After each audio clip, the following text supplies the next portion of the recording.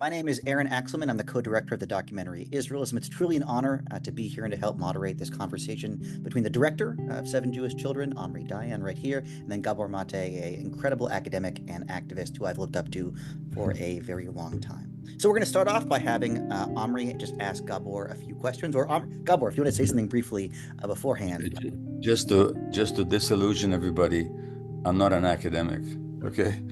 Which is probably a good thing these days.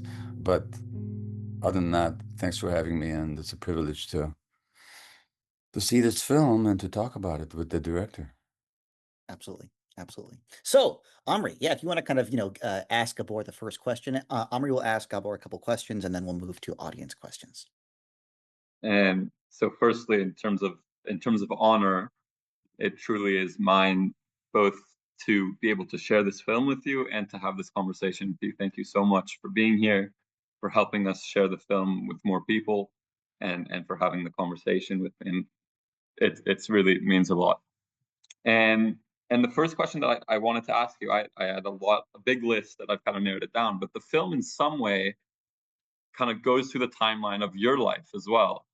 Yeah.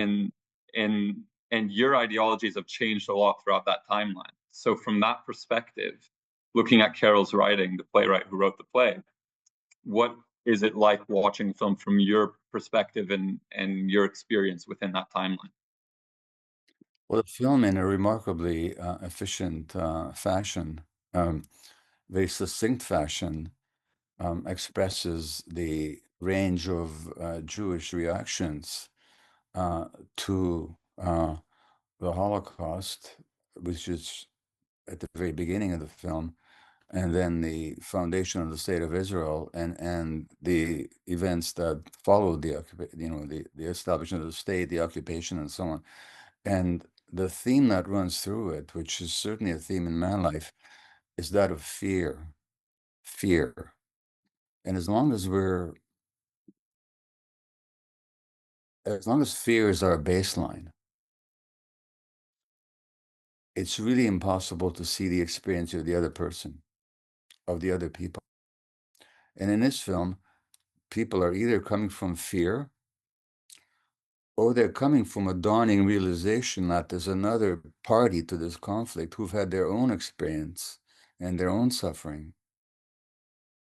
And it's so difficult for many Jews to actually see the experience of the other because they're mired in the fear. And the end result of the fear is the character who says, I don't care if we have to wipe them all out. And I don't care if the whole world hates us. Now, what's remarkable about the film is that it was made long before, the play was written long before current events. But that's exactly what we've got to. Is we've got to in Israel, where the majority of the population is quite willing to wipe out the national or existence of the Palestinians, if necessary, the lives of the Palestinians, and who don't care what the world thinks. And all that comes from the being mired in the fear. So the film again captures all that. And finally, I just make the comment, it very much has to do with what we tell children. Because when Jewish children, whether in Israel or abroad, and by the way, I don't use the word diaspora because that's a whole story to the diaspora. Somewhere we were dispersed, which is a whole other issue. It's somehow we're in exile. I'm not in exile. But Jews, wherever they are, whatever we tell our children essentially dominates then the psychology of the adult. And so a lot of people can look at the starving children in Gaza and feel nothing, or believe that this is their own fault somehow. And it all comes from what they've been told ever since they were children. One of the questions that I get asked a lot, which I feel very unequipped to answer, and is how generational trauma works and how we can notice its effects in ourselves as individuals. And and as someone who's researched into this, I would love to pass the buck in some way on to you and hear your perspective on that. Yeah. Well, the quickest way to tell, if you want to tell, is to check in with your body state. And if there's a tightness here, that's trauma. Your body is defending against some threat, real or perceived. And it's the nature of trauma is that it'll perceive threat when it isn't there. And it won't allow you to actually look at the present moment the way it actually is. In your personal relationships with your partner or your children or your friends or anybody, or in your relationship to yourself, or in relationship to a political issue, as soon as there's tightness here, that's a sign that it's a trauma imprint.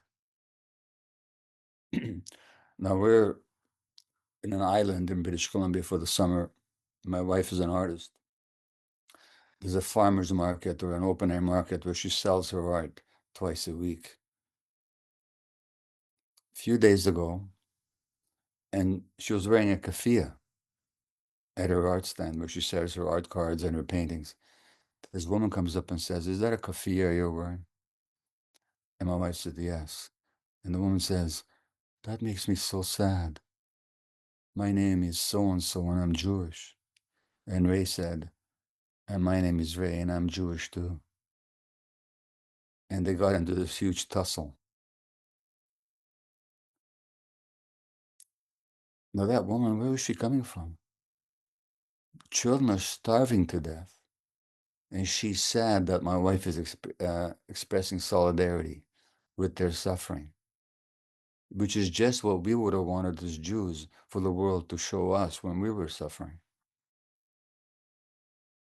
And there was an incredible headline in the Telegraph newspaper in London earlier this week. It said, "Bake sales for Gaza may stoke Jew hatred." And this is a statement made by the chief officer for anti-Semitism, to fight anti-Semitism in the European Union.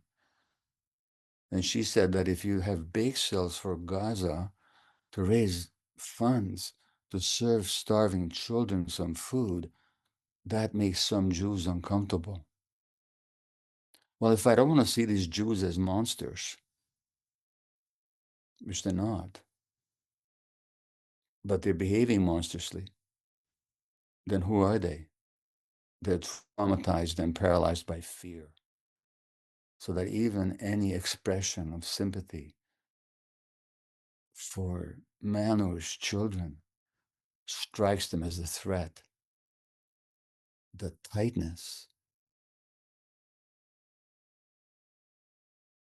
Yeah.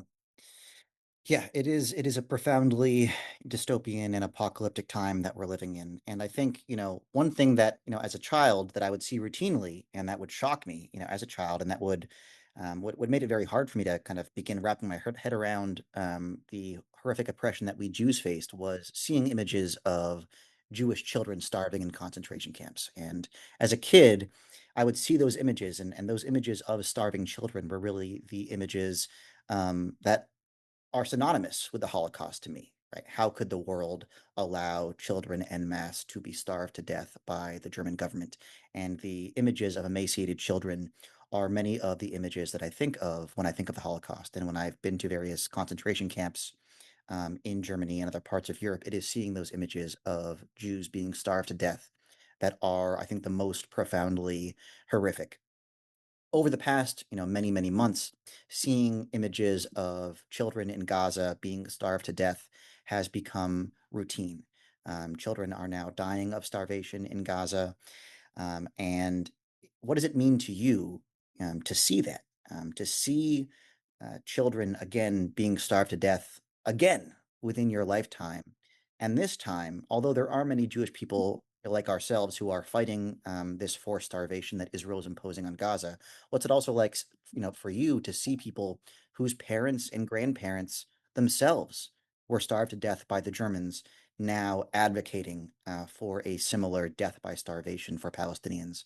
What's it like both seeing those images and also knowing that many of our friends and family members or former friends and family members are actually either silent in the face of this starvation by death or actually encouraging it? Well, the reality is, I almost starved as a child, as an infant, under the Nazi occupation of Hungary. Literally. My mother had her breast milk dried up. The day that her parents were killed in Auschwitz, my mother's breast milk dried up. It was summertime. There was no refrigeration. Jews could only allowed to go outside in certain hours. By the time she got to the food stores, the milk was spoiled already for lack of refrigeration. So that was my experience. So for me, it's not only heartbreaking, and I have to confess, sometimes I just filled with rage. I just want to scream and strike out. And I want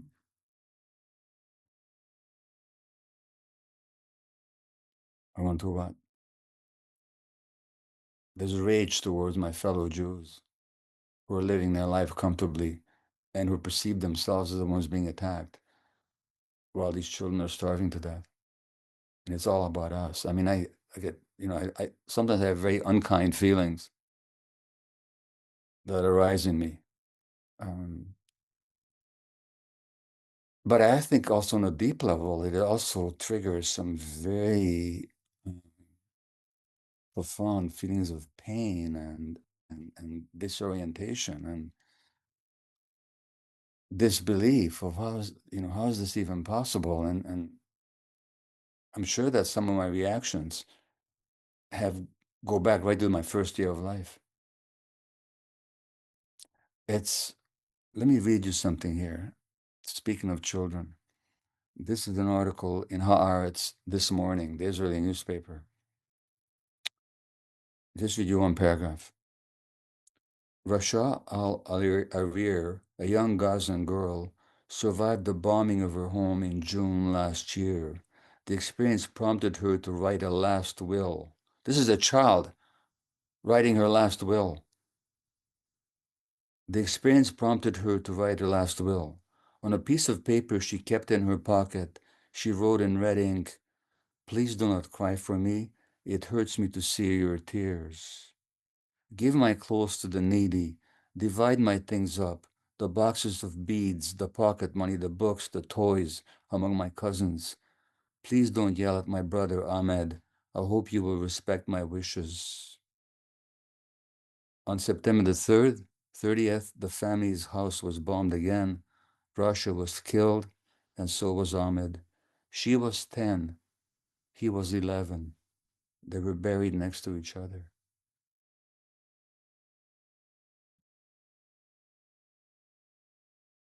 What to say? And what to say to the world that ignores it? And what to say to our fellow Jews and others who justify it? Great points, and thank you so much, Gabor. We're going to go to a few questions from the audience now. So again, if you have more questions, please put them. We won't be able to get to all of them. We have about 15 right now. We'll definitely get through a few of them though. And also, we really encourage you. You can watch this film anytime you'd like. It is fully free on YouTube. It's gotten over 600,000 views now, which is incredible and is a major testament to Omri and his incredible work, as well as obviously the original screenwriter, Caryl Churchill, which is really wonderful. And please donate to Medical Aid for Palestinians. The whole point of this film is to raise money for that critically important nonprofit. There's a couple questions that are similar, and I'm just going to read one of them as kind of a representative question, and maybe Gabor, this can be for you. And this is a question that we also get with Israelism a lot, because I think there are a good number of similar themes between our films, which is one of the reasons we're so excited by this film. One from Rachel Zahn, who's a good friend of mine, actually, one of our board members, said, I find that many of my Jewish friends are trapped by Holocaust trauma and can't move past it. How can we address it? And I think, Gabor, this is, I think, a great question for you as someone who not only obviously thinks about the Holocaust, but directly experienced it. How have you been able to process your trauma, and how can we encourage others in our community to process and move on from their trauma so that they're not blinded by their fear and trapped in the cycle in which we are now the ones perpetrating such a horrific trauma on others?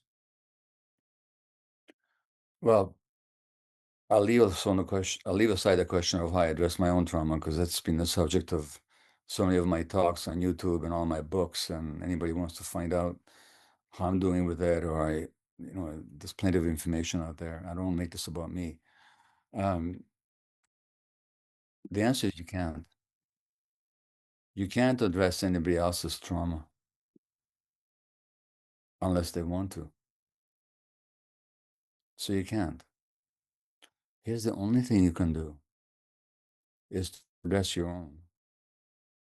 And when you're in conversation with people, to be as present and to be as kind, as to be as understanding, and to be willing to listen and acknowledge their point of view as best you can.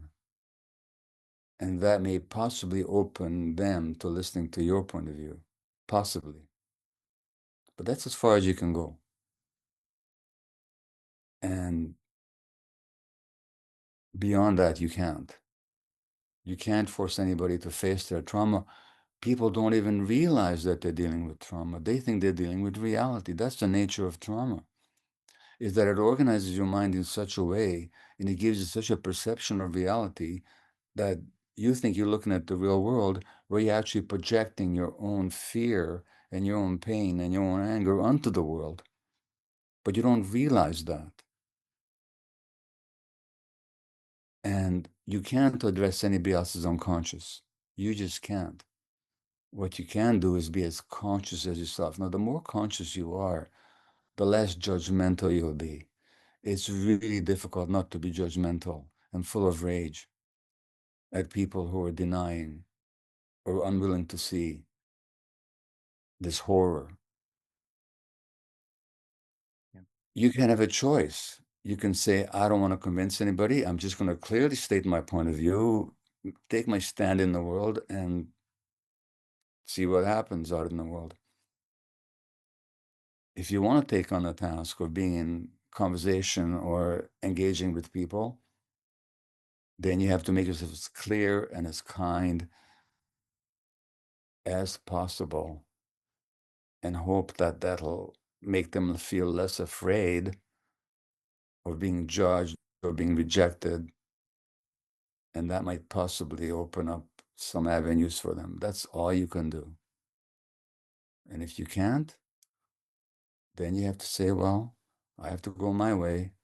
And that may mean I will not be in much of a relationship with these others.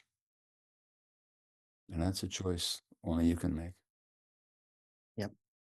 The next question I'm going to ask will be for both of you, and it's kind of about. But before you do, can I ask Omri a question? Of course, absolutely, absolutely. Yeah, which is, what made you make this film? Like, what did you want to get across with this film? What was your? It's such a complex film. It says so much in 15 minutes. What was your intention here? And it was a mix of many things for me. On a personal level, I've felt that my whole life, I grew up in the States. My family is all in Israel. Every year was kind of punctuated by a visit to the grandparents in Israel. And my family was very active and talked about Palestinians, and I knew that there was two sides to the conflict. But I didn't know, I kind of took the choice of kind of knowing but choosing not to look at. And at a certain age, I felt that I had a responsibility to myself to delve into this, to understand what my place in the world as someone who's Israeli means. And it came right when my grandfather was sick, and we went to Israel, and me and my dad, to visit him, right when Caryl Churchill, the playwright of this play, had won a Lifetime Achievement Award. in 2022. And Caryl's 86 years old now. She's one of the, as this play kind of demonstrates, but she's written loads of other plays. She is a force of nature and a huge impact on theater. And the Lifetime Achievement Award, the biggest fiscal award of its kind, was revoked because people were protesting her being anti-Semitic because of this play and because of her support for the BDS movement. And so I was in Israel, and my dad's friend is a translator and humanist in Israel. Doli Palnes was writing a petition of Israeli artists supporting Caryl receiving the award. And he was talking to my dad about 7 Jewish Children, about the conversations he's been having. And I took interest, and he not only explained the controversy, but then it went on to read the entire play to me. And pretty much immediately I understood that this is one so familiar from a familial perspective to me. It is so accurate to the conversations and to the psychologies, to the feelings we have within a family of Jewish people talking about how we deal with our reality. And it was also the opportunity I'd been looking for to, for lack of better words, do something about my position, to use my art, to use film as a way to also improve myself and learn about who I am. And so for me, I hope that carries forward to others. That's in large part my hope. I'm very proud of the amount of money we've raised for the medical aid for Palestinians, and I hope that we can continue to raise awareness and funds for them while also expanding people's understanding of our place within this and how we must learn to accept the trauma that we have received and burdened generationally, and not allow that to shut our eyes to the trauma of others. The fact that we've experienced this pain should mean that we open our eyes and see the pain that others are feeling and that we care about it and that we want to change it, not the other way around. And so for me, it's been an immense opportunity in that. And the controversy that Caryl got links closely to what you were talking about, which we have had a few questions about it as well. And Caryl was accused of blood libel and anti-Semitism in this play, which is absurd on so many levels. And I think there's a theme of art and people who are critical of Israel being dubbed anti-Semitic, and it is a weaponization of our trauma and of our of anti-Semitism used for political gain, and creating a smokescreen behind which we can't hear voices of opposition inside Israel or outside of it. And so I think it's so important that we don't allow anti-Semitism to be used against us and against our humanity, and that we define it on our terms. And what you were talking about before, to me, links very much to the experiences that Caryl had in releasing this as well.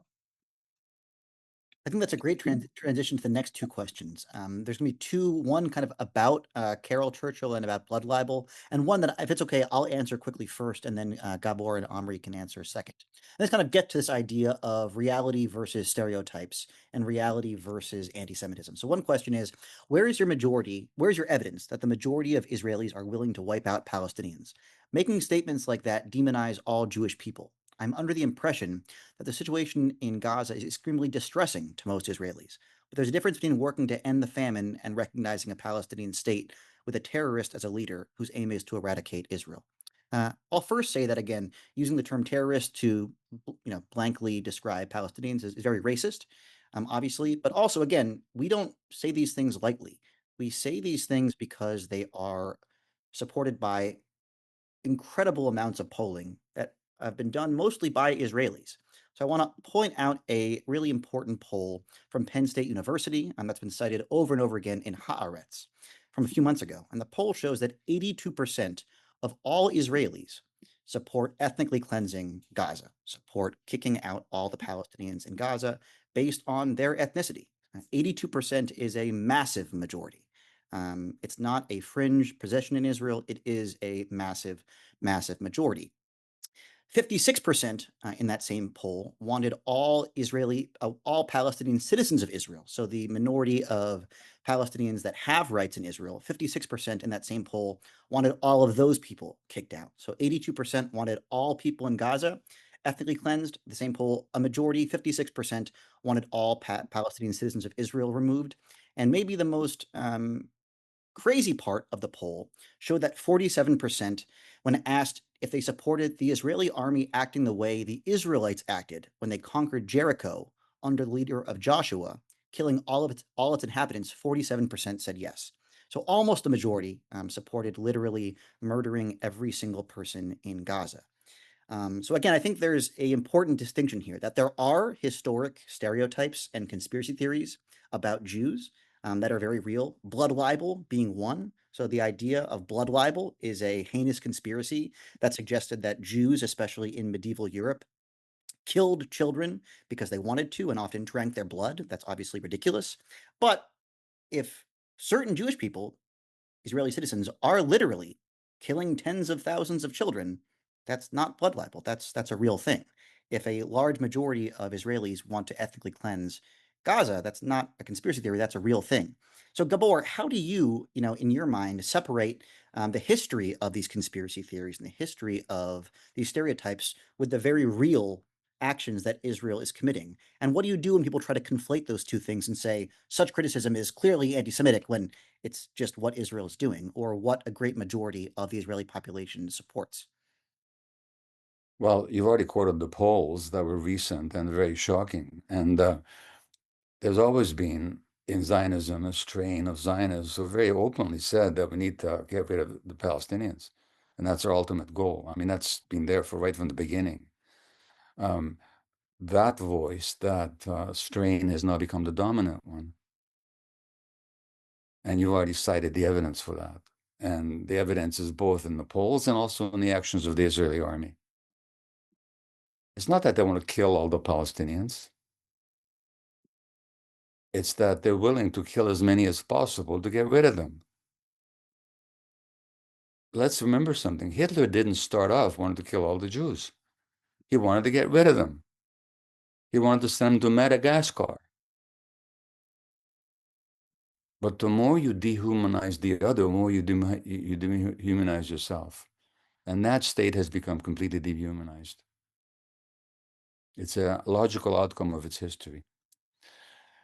As far as what you say, these terrorists who want to wipe out all the Jews, what's your evidence? People talk about the Hamas Charter. Read the Hamas Charter. I'm not going to go into it. Find it. Read it. I'm not a Hamas supporter. I'm not a supporter of the terrorism that happened on October the 7th. I'm not a supporter of the capture of children and elderly people and civilians as hostages. Don't confuse support for Palestinian rights with support for terrorism. But actually, if you want to look at charters, look at the charter of the Likud party. You know what it says? No non-Jewish entity from the river to the sea. Whose charter denies the right of the other people to exist? And if you're a Palestinian, just think for a minute. If you're a Palestinian who was at the cost of documented massacres, documented by Israeli historians, if you don't know that, you haven't read anything about history. Massacres, 500 villages were bulldozed into the ground. Tens of thousands of people have been jailed. Children have been jailed, tortured for decades. If you don't know it, you haven't looked at the evidence. And let's say you're a Palestinian who hates Israel. Could you not understand why they might have hatred in their heart? One of the founders of Hamas was a child in 1956 when he watched the Israeli army massacre Palestinian civilians in Gaza in 1956. And he said, they planted hate in my heart. This is not to justify terrorism, the killing of civilians, any of that. But do we want to take responsibility for the hate that we planted in somebody else's heart? Are we willing to look at the experience of the other? Is it possible that if after the 67 war, Israel had not continued with its ethnic cleansing and occupation, is it possible that if Israel had honored the spirit of Oslo, which it was never going to, that there might not have been more terrorism, that there might not have been more hostility, that peace could have been achieved? Do we consider our own actions and attitudes as how it might affect the other? So here's a question to the person who asked the question. Are you really asking a question? Because asking a question means, I don't know, and I want to find out. That's what asking a question means. Or are you trying to make a propaganda point? Because if the latter, I don't have an answer for you. I don't. If you believe what you just said, and you have no curiosity and no willingness to look at the evidence, and no willingness to examine your own attitudes, then you're not asking a question. You're simply trying to nail a propaganda point.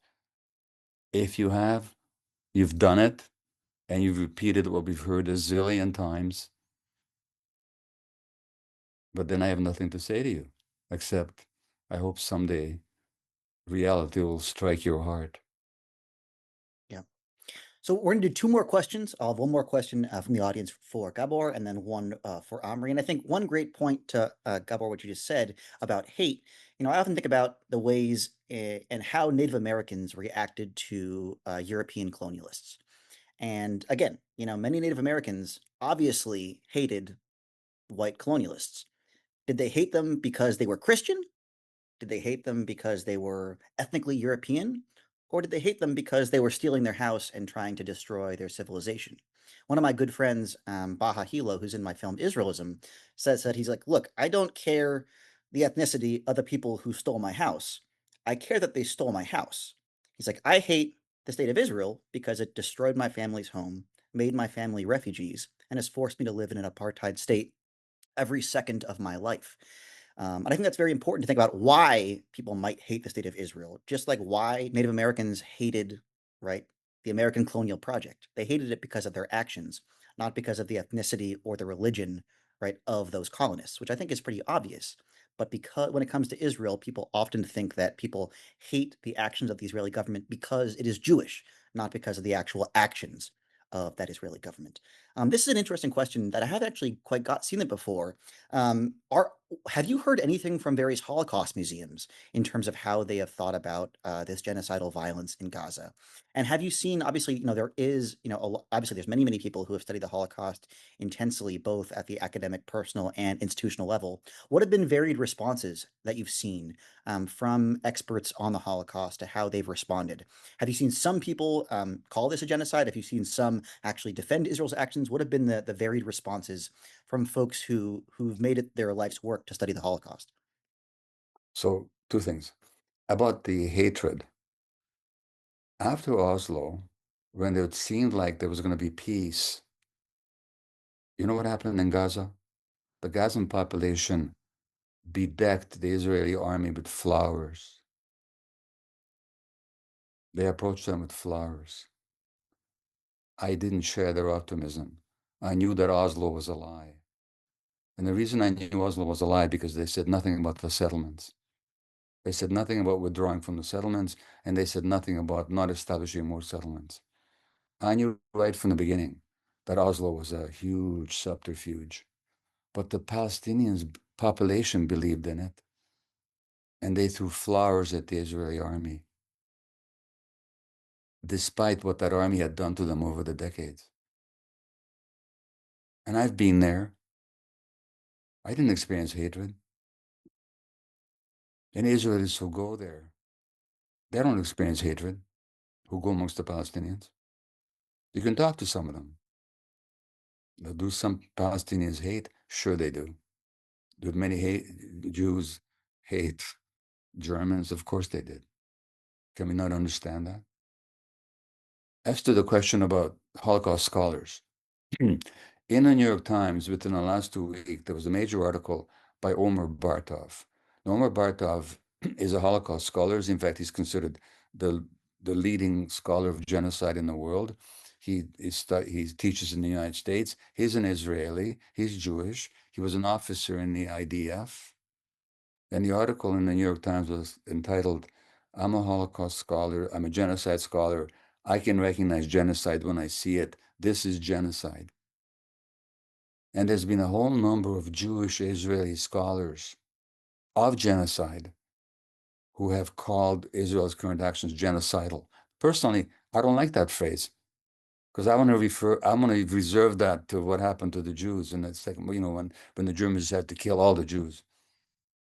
But you see, I don't get to decide what genocide is. There's an internationally accepted, academically supported, legally defined understanding of what genocide is. And these Jewish Israeli scholars, a whole bunch of them, are saying that what Israel is doing is genocidal, that this meets the criteria. And Omar Bartov pointed out in this article that to his chagrin, Holocaust museums have not taken that on.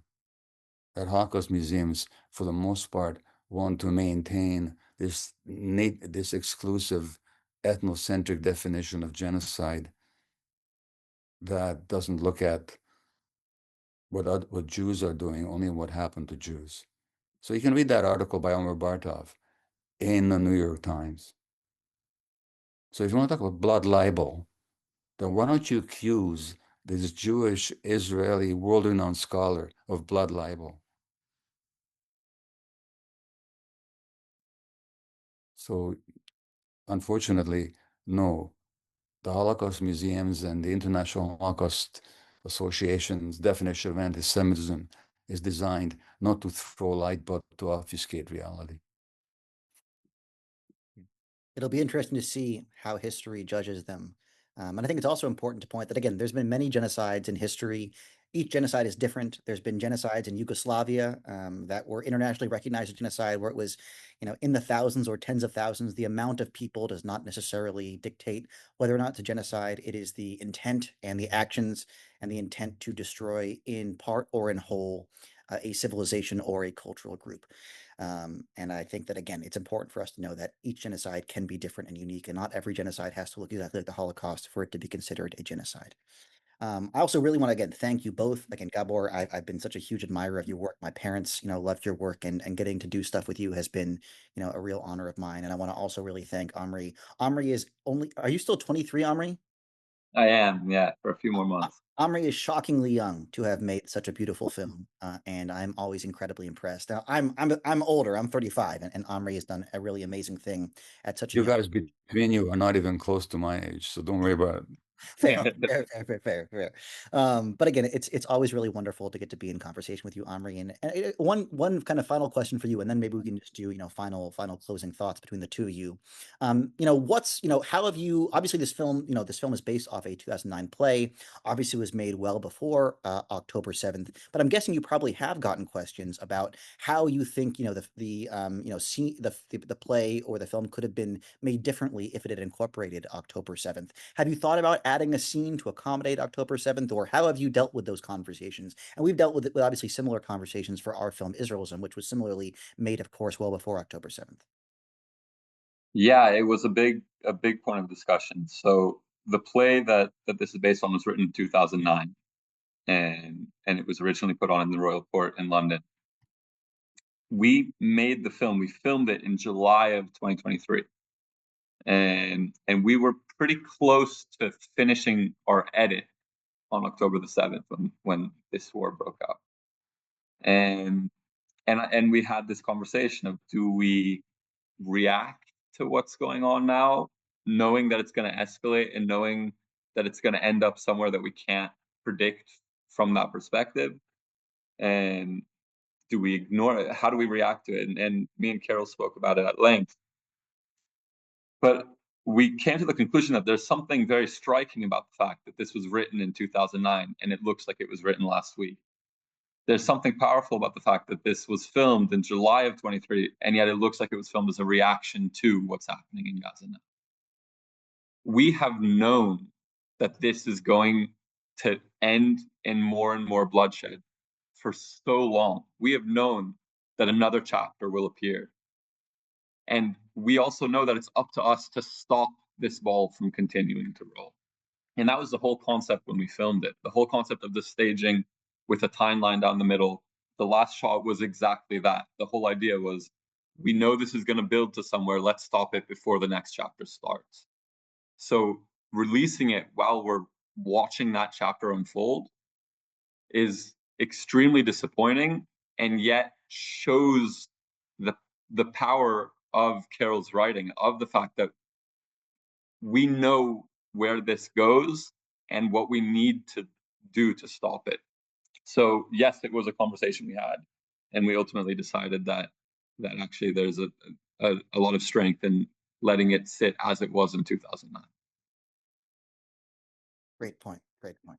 All right, so we're just going to do, kind of do closing thoughts and maybe like one kind of final-ish question, for you, Gabor.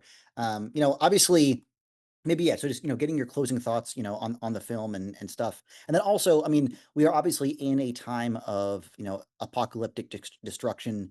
The world is not adapting fast enough. The world is not changing fast enough, but the world is changing. We are seeing polls, in the US showing that at least amongst Democratic voters, about 60% now sympathize with the Palestinians, only about 10 to 20% support the Israelis. So we are seeing a monumental groundswell of change, both in the U.S. as well as abroad. But how is it not happening fast enough? And what do we need to do to make these changes in public opinion actually translate into action from our governments, do you think?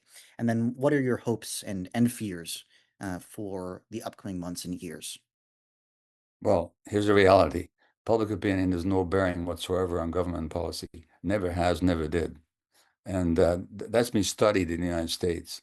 Scholars have looked at what happens when the elite who makes decisions or who influence decision makers have a certain perspective or a certain set of priorities, and the general public does.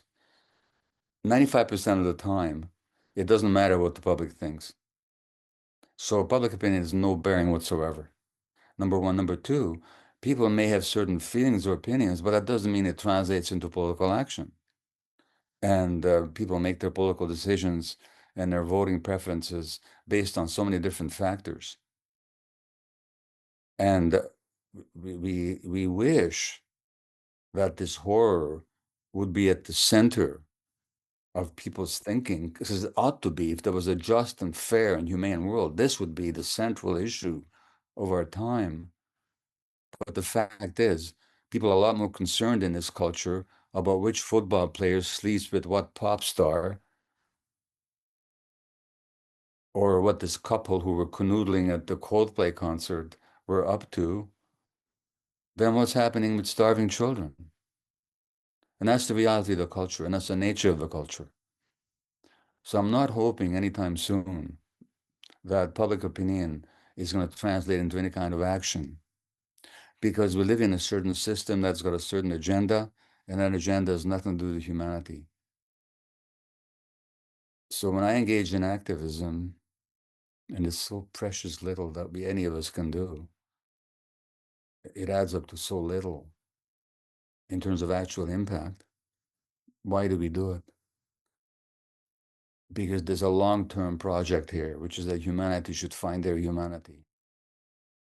And we can make a decision. Do we align with that? Do we do what we can, even if we don't see immediate success? Or do we just give up? And I keep quoting this famous Rabbi Tarfon from the 1st century, who said, the task is not yours to finish, but neither are you free not to take part in it. So if you're going to be active and, do what you can to help practically, of course, but don't do it in the hope of immediate success, because you're going to be sorely disappointed and discouraged. Do it because you can't help it. Do it because you must. Do it because you want to contribute to a ultimate unfolding of a different world. Yep.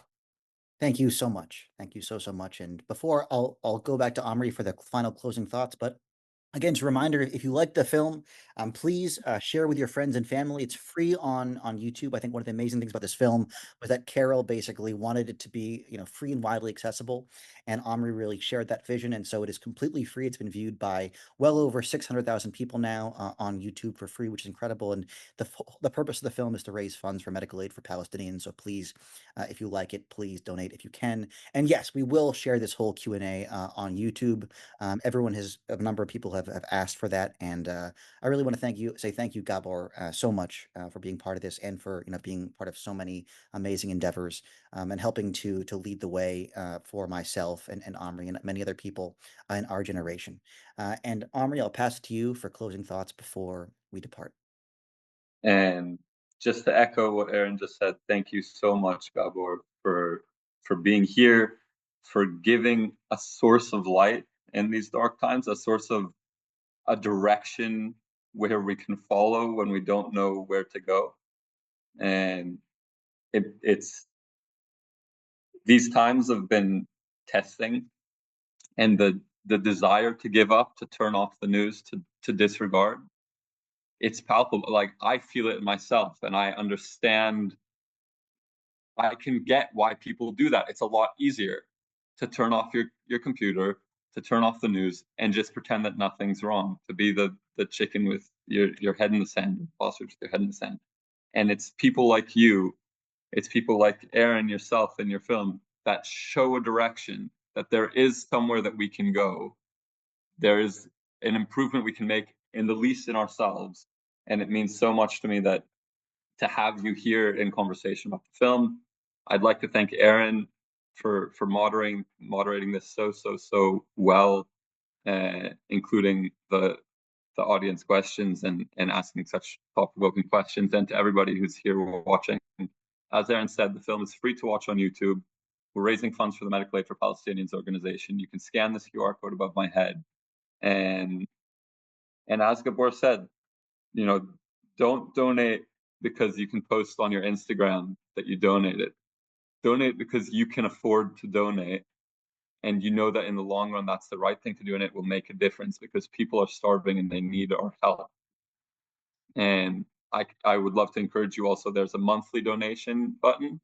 If you can afford to make a monthly donation, the difference that a one-time donation makes versus a monthly donation is huge for charities, because it allows them to have money that they know is coming in each month, so they can actually take steps and improve the action that they take. And so thank you so much for watching, and for supporting, and for having these conversations, and for being here. Everyone just, try to keep talking about this, to keep talking about what's happening in Gaza, to keep talking about what's happening in Palestine, and hopefully we will see freedom and equality and justice for the Palestinian people, as well as for our own people in our lifetime. So thank you all so much. Really appreciate it, and we'll see you all later.